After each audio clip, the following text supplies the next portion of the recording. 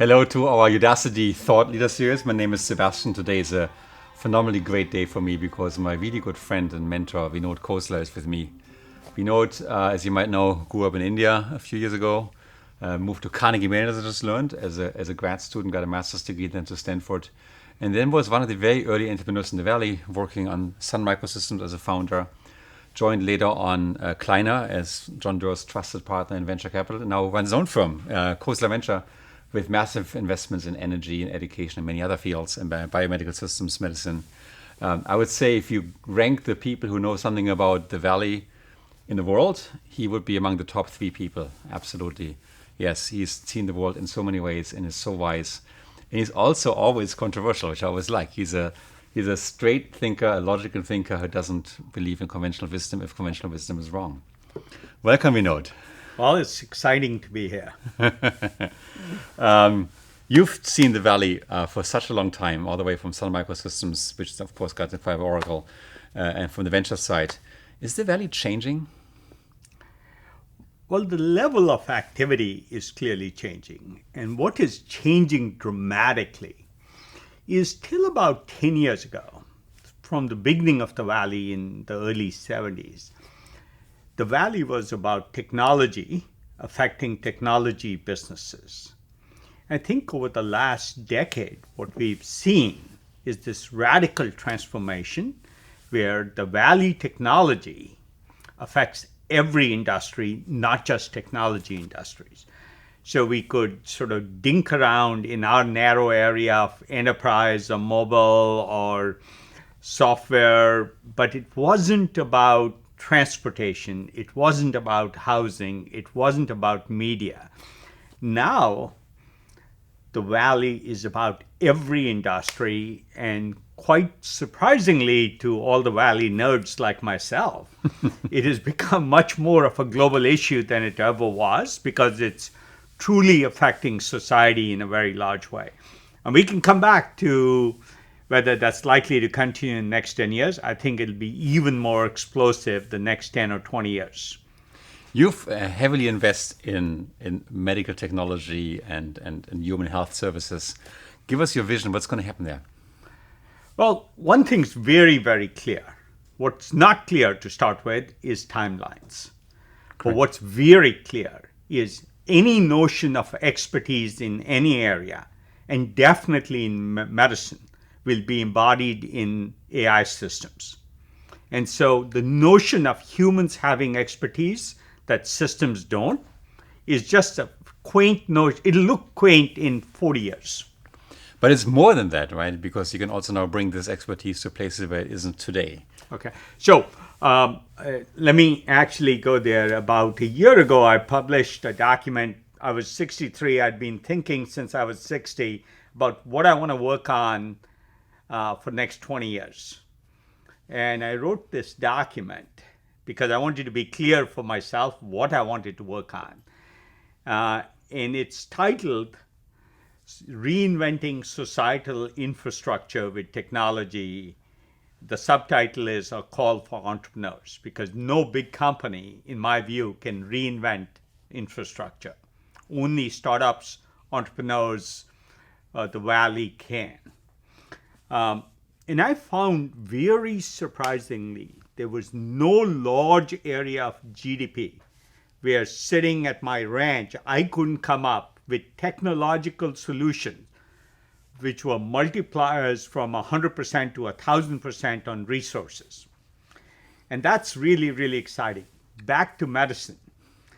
And really, I framed this document, which is about 50 pages long, in the context of 700 million people on the planet have a rich lifestyle. It's rich in energy. It's rich in education. It's rich in healthcare. It's rich in living space. It's rich in transportation. We have nice, fancy cars. 7 billion people want it. Can we do a 10x increase in provision of goods and services to the 7 billion people to bring them up to the level of the top 10% without destroying the planet?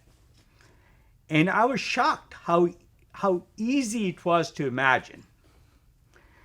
In healthcare, for example, it was very, very clear you couldn't start enough medical schools in India to train enough students. You couldn't hire the professors to start enough medical schools. Even with an infinite budget, you couldn't bring the doctor-patient ratio conventionally to where it is in the US today, which is not adequate. So if you sort of said, well, is there another way? An AI doctor would absolutely scale this. And so I do think a 24/7 personal physician for every person on the planet at close to zero cost per month is feasible. And so I got my son working on that now. But it's also true. It's silly to not have an AI oncologist. It's such a deterministic field. Yeah, it's very true. And in all this, we're doing this in cardiology. We're looking at that. We're looking at it in mental health. There's hardly a specialty that isn't subject to this kind of packaged expertise into an AI system, which will then learn across all the patients, and the rate of learning will be faster than for human experts. When you say these things, many people will hear you say, jobs will go away. Like Sam Altman is building OpenAI, and he says the last company ever built, because once he succeeds, it's going to build all the other companies for him. Yeah. What's your take on that one? Well, so I am one of the large investors in OpenAI, so there's a reason we invested. I do believe AI is possible or powerful. I would say, first, one caveat. When I talk about expertise, it doesn't take away the human element of care.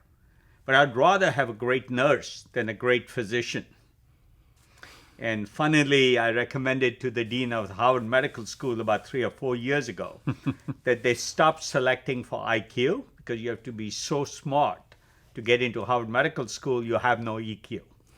And I suggested he look at the USC Film School as a criteria for admission into the medical school at Harvard. Good-looking daughters. And more empathetic and more mirror neurons. But I do believe we will get to a point looking at traditional economic metrics, GDP growth, productivity growth. We will do very, very well when these systems kick in. And I don't believe they've started to kick in. We will have great abundance.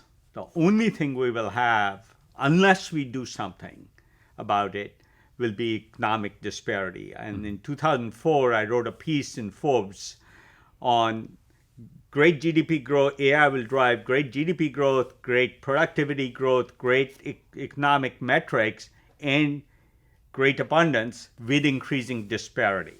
So I do think our social problem will be disparity, but we will have way more resources than we can imagine today to address disparity. So even into 2014, I proposed that some form of universal basic income will be essential. I still subscribe to that view. Bill Gates has proposed a robot tax.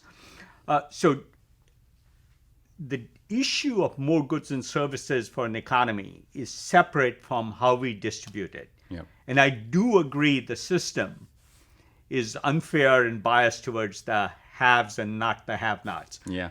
Which is why, by the way, I think for those of you listening out there, a primary care doctor, an oncologist, and a cardiologist for every single person will increase that. One of my favorite projects is to do an AI lawyer, so every person can have a personal lawyer to enforce their rights. One of the sad facts is for most people who need to file for bankruptcy today in the US, they don't have enough money to hire a lawyer to file for bankruptcy. And lawyers don't let you bypass them. I'm looking forward to the day where your judge and your lawyer, both sides is an AI system, so you just cable them together, and out comes the verdict. I've actually proposed that in most arbitration, companies and employees and others agree to AI lawyers, AI judges, where an AI knows when to triage an issue up to a human judge for now, when the issue is ambiguous.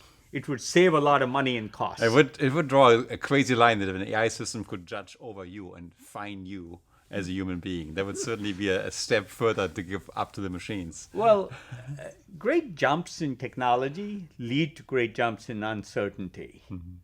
And we just have to realize we will have to deal with them. And if we avoid them, we will give up a lot of upside and benefit for humanity. The better approach is to recognize that these things will happen, that we will be surprised with unintended consequences that we have to be able to address. I'm not scared of AI as a sentient being. I do think we can harness it for mankind's purpose. I'm with you. I'm with you.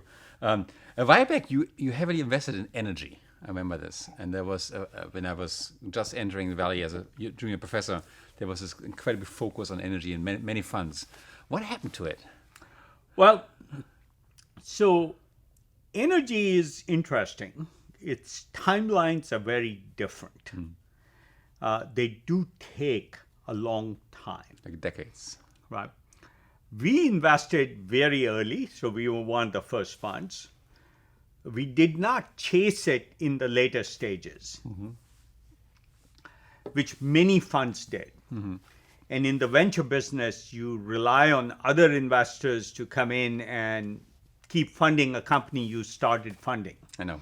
It's sort of this almost pyramid-like scheme.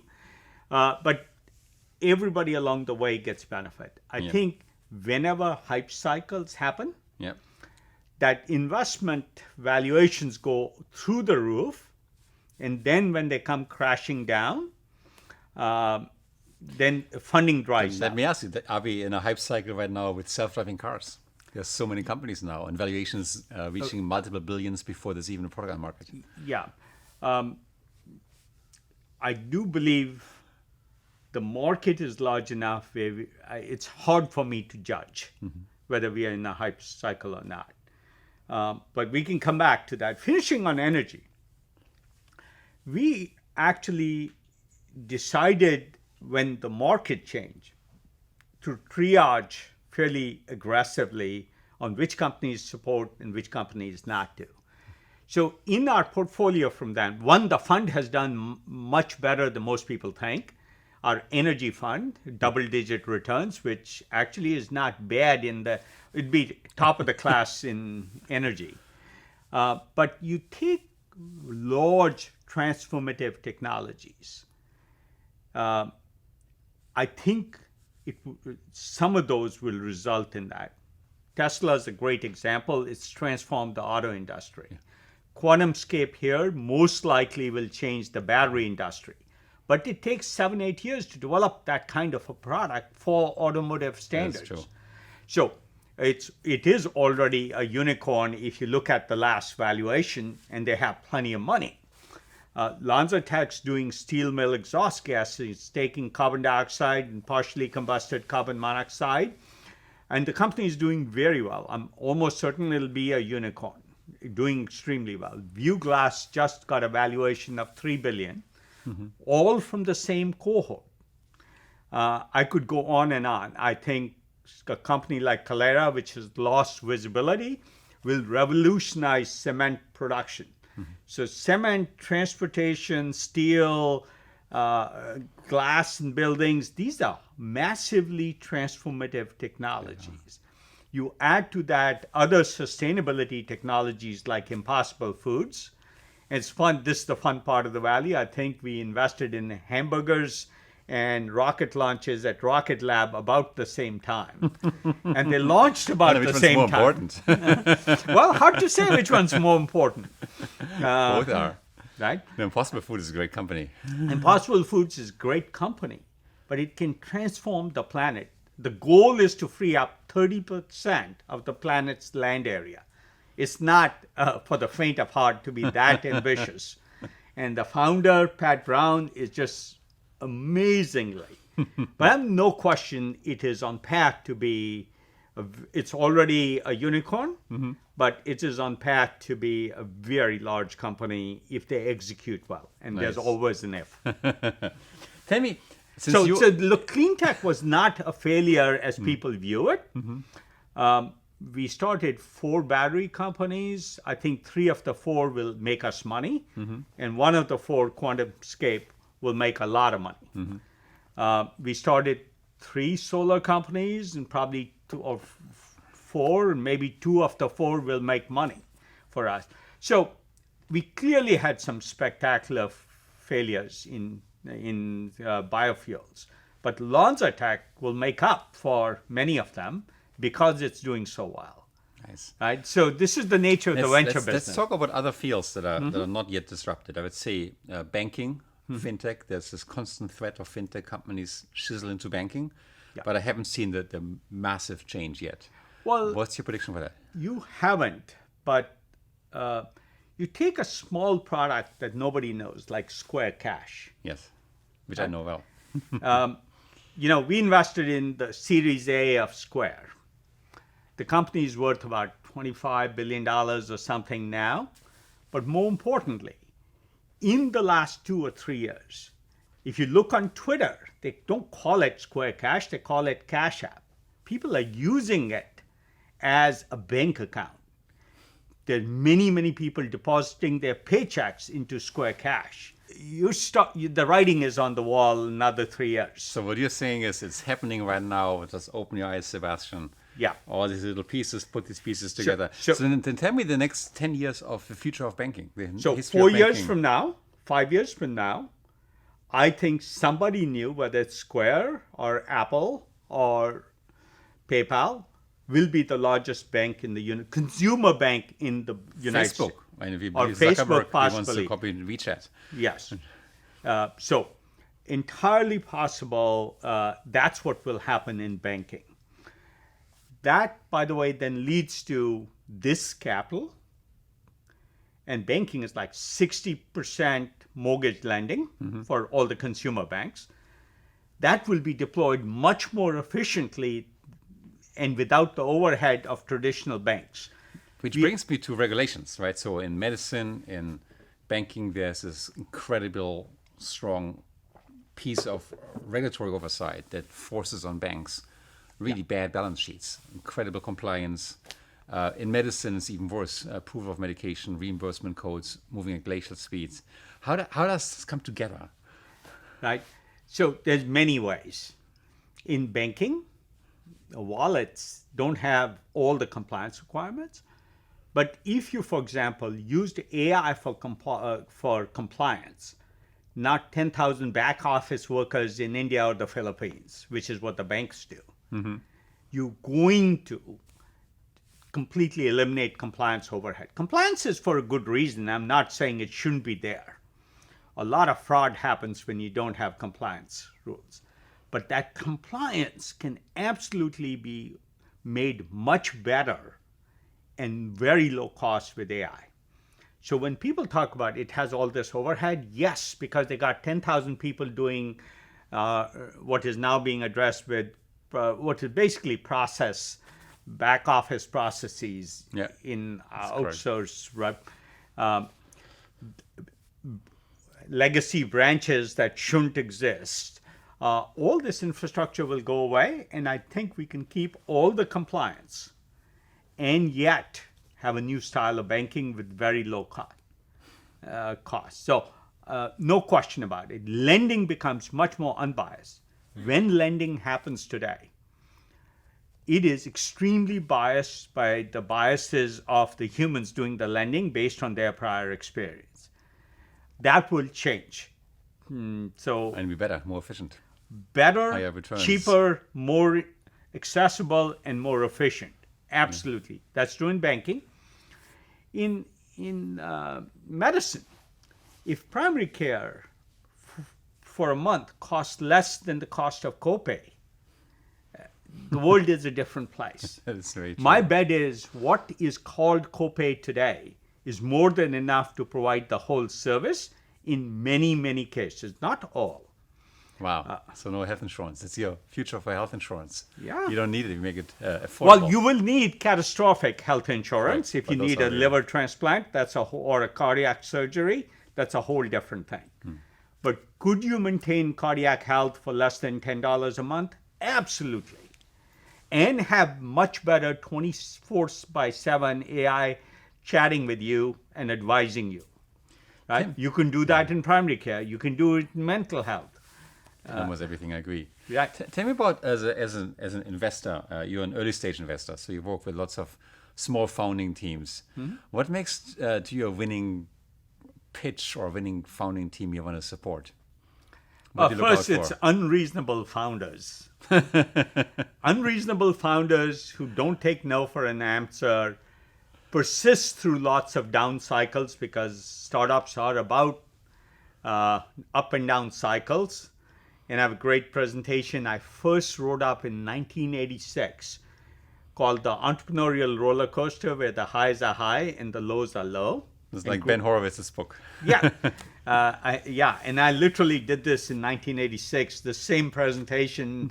It's now translated to the new version of PowerPoint, but other than that, it hasn't changed much. It's founders with persistence, clarity of thinking, and a large mission. How much is experience important for you? Not very. In fact, I would argue that in the startup world, the more experience you have, the more biases you have, and the less likely you are to innovate in any area. So I, as a Stanford professor, should not be running Udacity. Well, you don't know Education much company. about. Let me put it this way. I look back at the last 40 years, and I could not find one large example of innovation coming from people who had experience in their industry. Genentech was started in Kleiner Perkins offices with no pharmaceutical experience. All of biotechnology happened because of an intern at Kleiner Perkins in the 70s. Twitter and Facebook and YouTube innovated media. It wasn't Fox and CBS and NBC. It wasn't Boeing and Airbus or Lockheed that did space. It was SpaceX and Rocket Lab. It wasn't General Motors and Volkswagen. Who builds self-driving cars? That's Google. Self-driving cars, it's Google. And on the electric cars, it's Tesla. In banking, it's Square and PayPal, not Visa and Bank of America. Like, I couldn't find one large innovation. Incremental innovations, yes, that came from somebody who knew an area. And this is why. When you join an area, if you bring all your biases, you're likely going to end up with the same answers. When you think from first principles and clearly, in 6 months, you know as much about the field as people with 10 years of experience, but you have a fresh look and you test every assumption. So let's say you're Bank of America and you're listening to this and you look at this a little bit shivering with your hands because you're experienced, you're also a bit older. What would the advice be for, say, the CEO of Bank of America? What should he do if they really want to So get the next let me wave give of you better the credit? flip example. They'll start an innovation group, any large financial group. It's some people on the side, and they can't do certain things because it affects their major businesses. Right? So you almost want to invest then, or Here's the other thing, right? So let's say innovative project isn't going well. What happens in Bank of America? The people transfer to a good area. First, they're not struggling with getting funding every year. And so they take the long view and they don't test in a very rapid way all their assumptions. They just assume their assumptions to be true. When things run into trouble, they find other jobs laterally within Bank of America. What does an entrepreneur do? They know their life depends on it. They have no option. They're testing every assumption. They're looking at all the ways in which they may be wrong, and they have no way out. So necessity is the mother of invention. That's why it's very hard. So should they? Absolutely, they should invest. GM buying Cruise is an example. There's no way GM could have done that on their own. Right? So if you build the lesson would then be, if you build an Lockheed Martin, Skunk Works, or Google X, make sure the people there are desperate, have little resources, and are forced to stick with it even if things don't go well. The less resources you have, the more your probability of success. That is very true. Right? Because you test your assumptions more, you do lots of incremental things, and you get evolutionary exponentials, not planned big leaps, which never work. That's like the Russian economy version of startups. Let's go back to your youth. You grew up far away from here in India. Udacity has a huge following in India of really enthused people. And you in many ways are an incredible role model for so many people there. What advice would you give yourself to your younger self still in India? What did you do well? What did you do differently? Well, I think I was very, very lucky. I used to read very old issues of Electronic Engineering Times. So a year or two after they were current here, they got shipped to India, and I could go to a place in Old Delhi and rent those magazines. So in Old Delhi, I could go rent old magazines and I'd read them. And I read about Andy Grove starting up Intel. And I've told Andy Grove this story when he was alive. He was an inspiration for me. And I said, here's this Hungarian immigrant coming to Silicon Valley and starting a company. Why can't I do that? And that became real motivation. So motivation matters. Mm-hmm. And I think I was right. I was naive about the fact that I was taking a lot of risks. But I sort of had this arrogant confidence in myself that first, I didn't need much more than McDonald's to get food. Mm-hmm. And a $200 a month apartment. That's what I felt I needed back then. And so I felt like I could always get a job. So if something failed or I got fired or whatever, I wasn't ever worried about the downside. And every person has to make their own trade-off. I'd rather make take the risk of failing often, but if I succeed, being very successful. I like to say most people, whether it's people, managers, businesses, reduce risk to the point where their probability of success goes up, but the consequences of success become inconsequential. I choose to make the other trade-off. I tell young people, be explicit.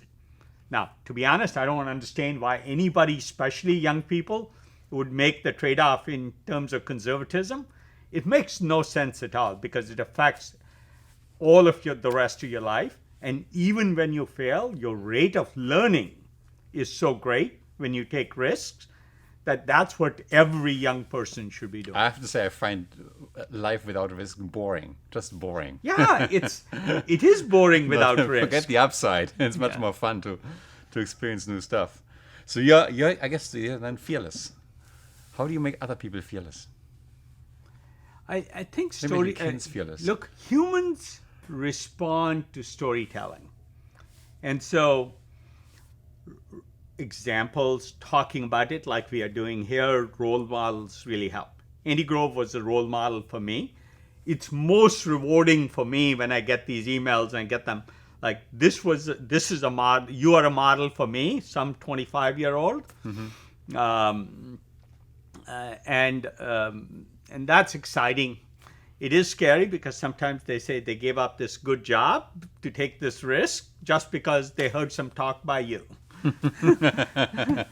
I think I did a talk in 2015 at Stanford Business School. And I told the audience of 400 MBAs that I wasn't speaking to most of them, just 2 or 3 of them who would change their trajectory based on this hour I was going to spend.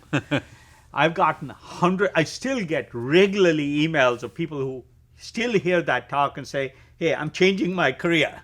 my path. What was the message in that talk?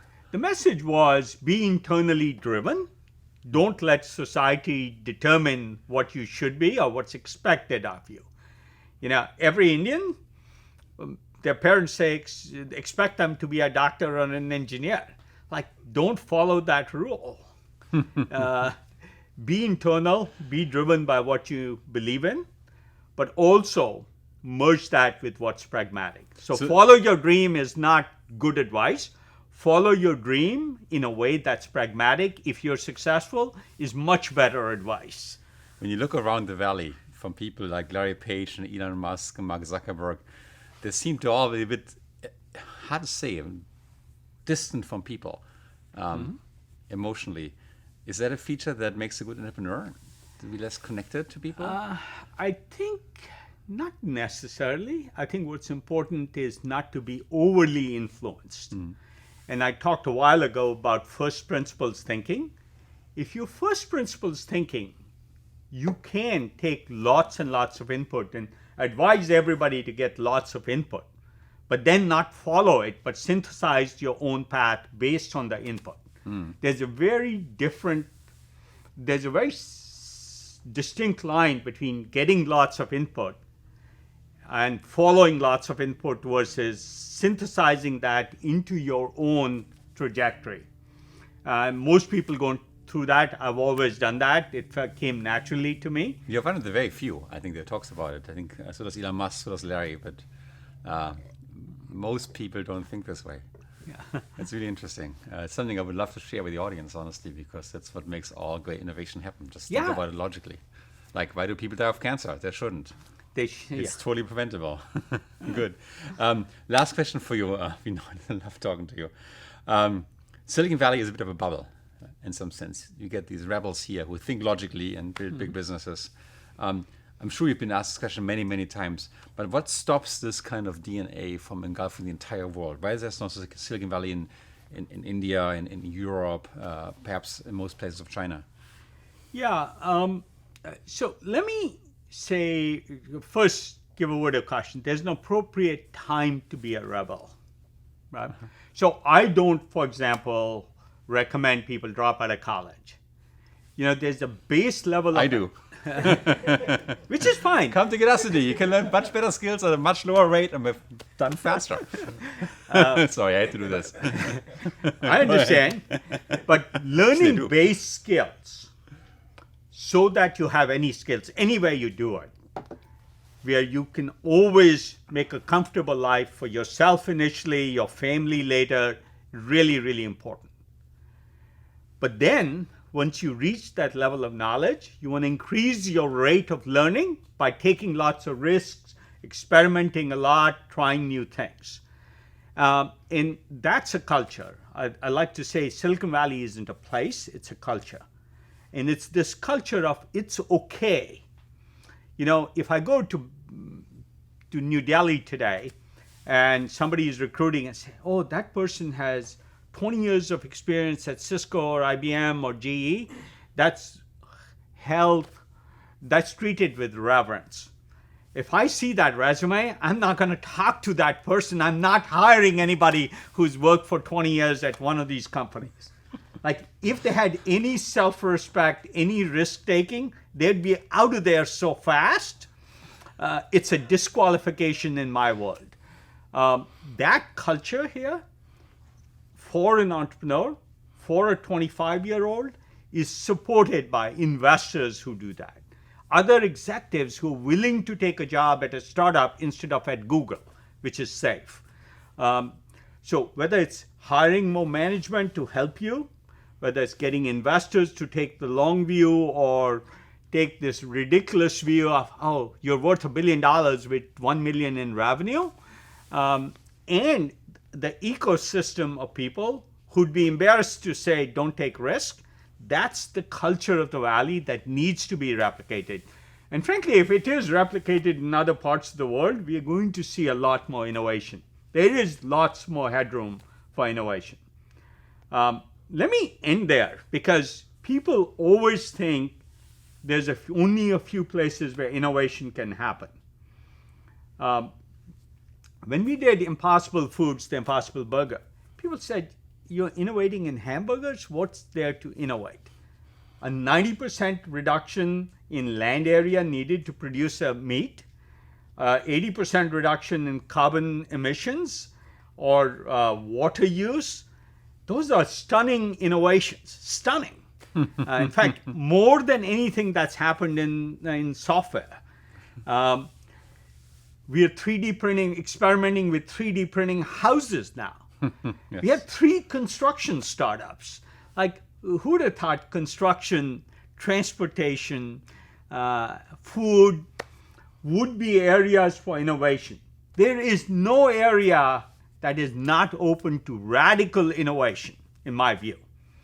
It's just people's mindset limits them.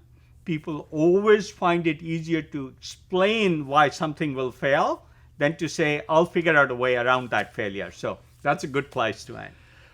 It's a great place to end. I 100% agree. I would challenge anybody watching this, go and innovate tonight. Get a glass of beer and think about something crazy. I would say everything crazy can be done. The people who say it can't be done are always wrong. Vinod, in parting, we just funded a seed project to do Mach 5 passenger jets. Good. Which By the way, is London to New York in an hour and a half, Yeah. the world would be closer together. I agree. And it should be done, and it can be done. There's no physical reason why it shouldn't be done. Absolutely. Great business case. Vinod, thank you so much. I could speak hours with you. I've learned so much Thank from you. you. He's one of my heroes and role models, and everything I say, as you say, I mean, it's just very logical. Thank you. It's great to always chat with you, so it's always fun. Thank you.